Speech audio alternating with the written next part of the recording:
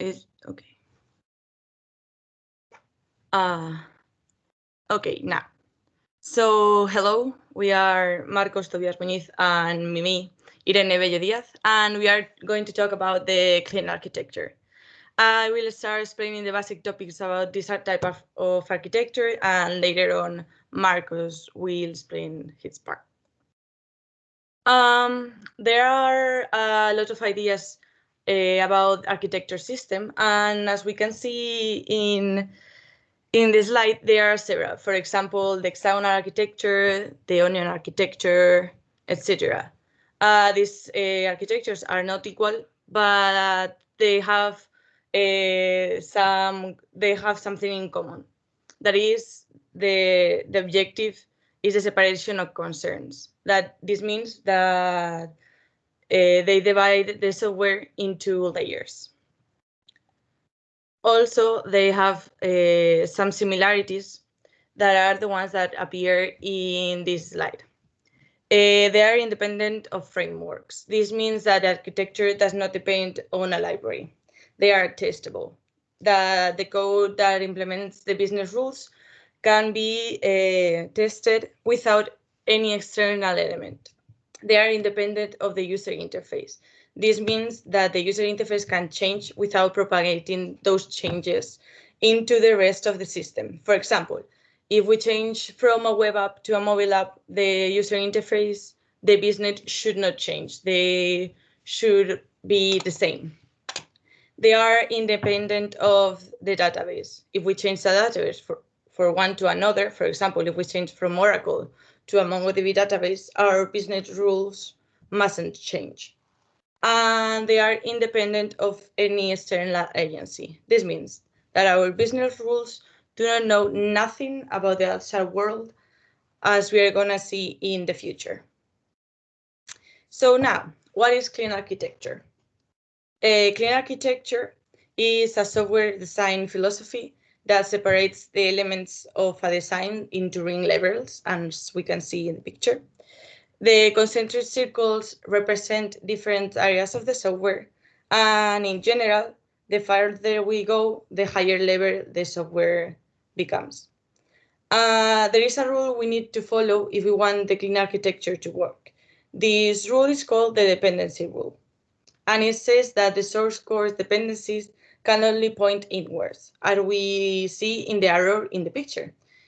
Nothing in the inner circle knows about the outer circles. This means that something we declare in an outer circle cannot be mentioned in the code in the inner circle.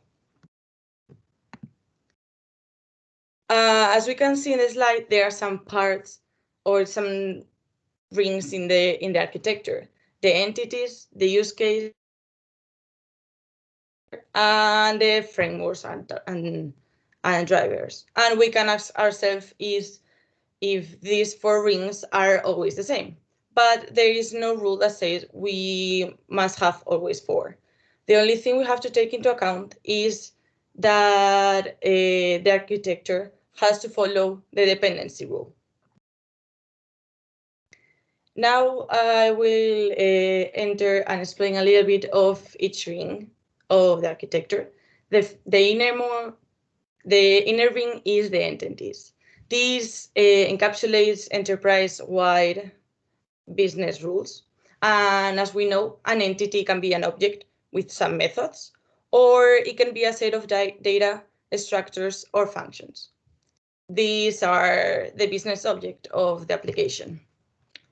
We are in the inner circle, so these objects are the least likely to change when something changes. So if we have a good clean architecture, if we change something of the outer rings, the entities should not change. Then we have the use cases, the red ring or the pinkish ring. This layer contains application-specific business rules. Here we implement all the use case of the system. We don't expect that the changes in this layer affect the entities one. We also do not expect that the changes of any other layer change this. So this layer should be isolated for the external ones.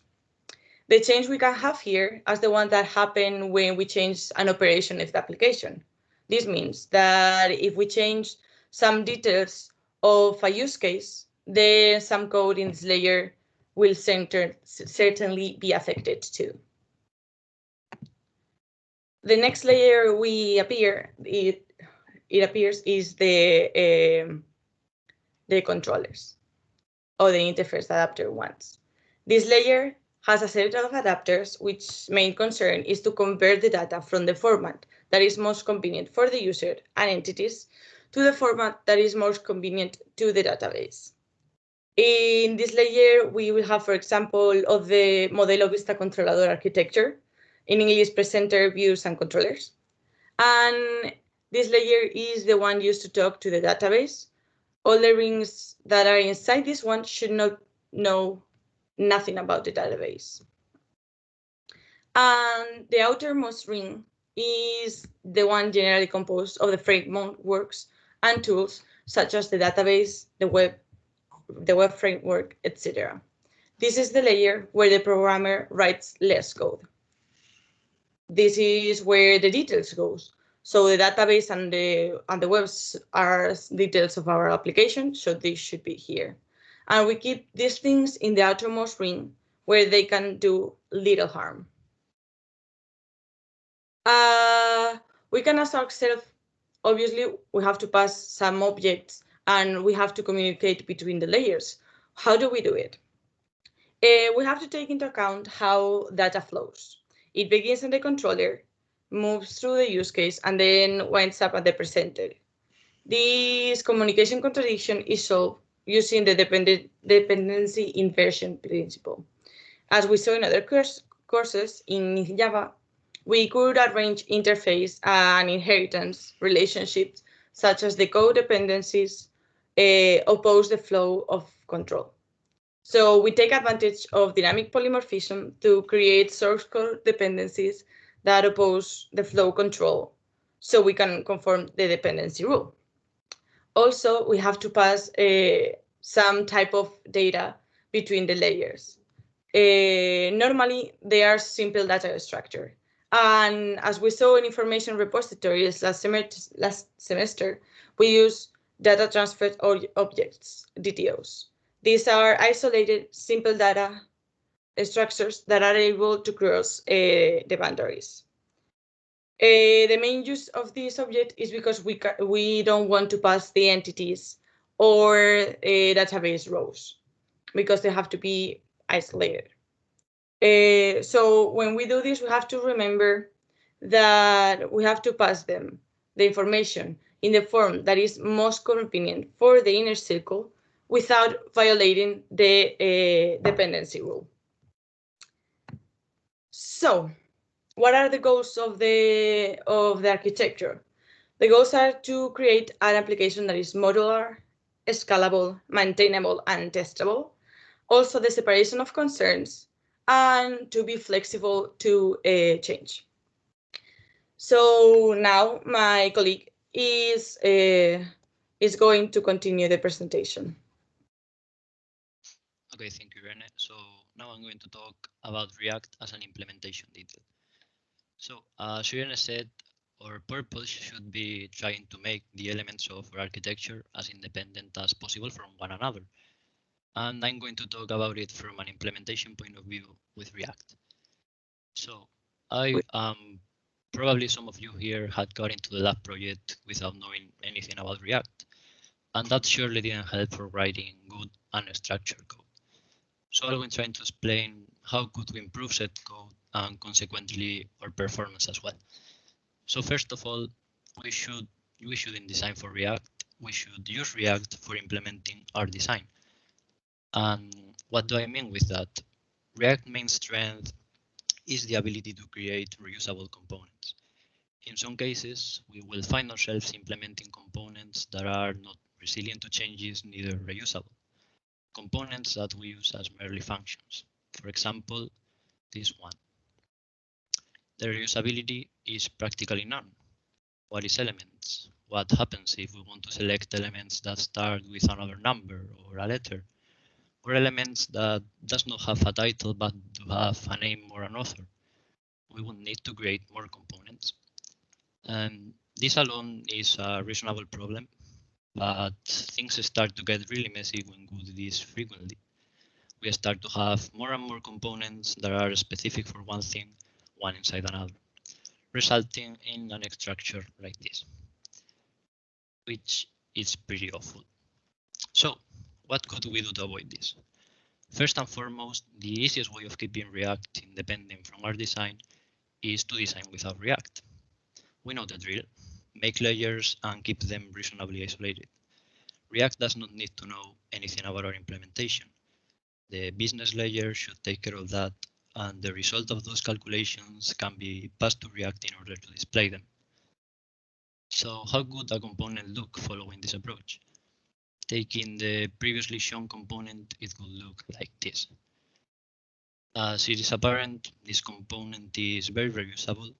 You could use it anytime you want to display some formatted text, independent, and you can change it as much as you want, as you don't need to know anything about the data that is getting and how should it be handled. It just displays. But obviously, React does not do magic. The implementation of the management of the data must be somewhere else. But let's slow down. This problem goes back to the design of the architecture of our application. We must do all the steps properly, the first one being data modeling. This is a very important step. Data is completely independent and self-describing. It does not matter the language, the context, or pretty much anything. Data is just data. So let's think we want to build a simple form for storing phone numbers. We don't only represent the value of the data, but also some other information that will be useful in the future. For example, the value of some attributes for the form tag. So now we have our data. What's next? Modeling events. And React is still nowhere to be seen. Now we want to add data, modify data, delete data. How? With functions. But it is independent. What is a state or number? We don't know. We don't need to know. We just add one to the other. That's it. And the benefits go beyond independency. Testing actually becomes easier. Why? Because we no longer need to test the display of the text, managing complicated React components. We can just test how the state changes when we call the function. Next is the application layer. We have the data and how to modify it. Now it's time to start handling set data according to our needs. And this is where we do it. Every piece of business logic is done here. What happens when we do X or Y? What is this button going to do when pressed? Those interactions are defined here and later shared to the component. And finally, what we all have been waiting for, the presentation layer. But the data is still raw, you might ask, and it's true. But before going forward, a little review of what we have seen so far. We have the data, some utilities for handling it, and the business rules of our application. But we have not yet decided how the data is going to be displayed, and as we now know, we should not let that functionality be in the React component itself. So here we create some functionality for this regard. For example, the function that I showed in the first slide for selecting the numbers which title starts with 9 in this case. And finally, React. But still, inside React, we find two more sides, the domain side and the view side. We define states with the data, and we give that to the domain side. Instead of modifying or toying with the data, we just pass one state, something happens, and the state changes. We are not sharing data through the component chain, we share states. Here it's important to remember that each time React detects a change on the state, the component affected is rendered again, thus showing the changes. And if we follow all the steps properly, the view side should be completely generic. Going back to the original example, it would look something like this, which is our purpose. And that's all. Thank you for listening. Okay, thank you very much.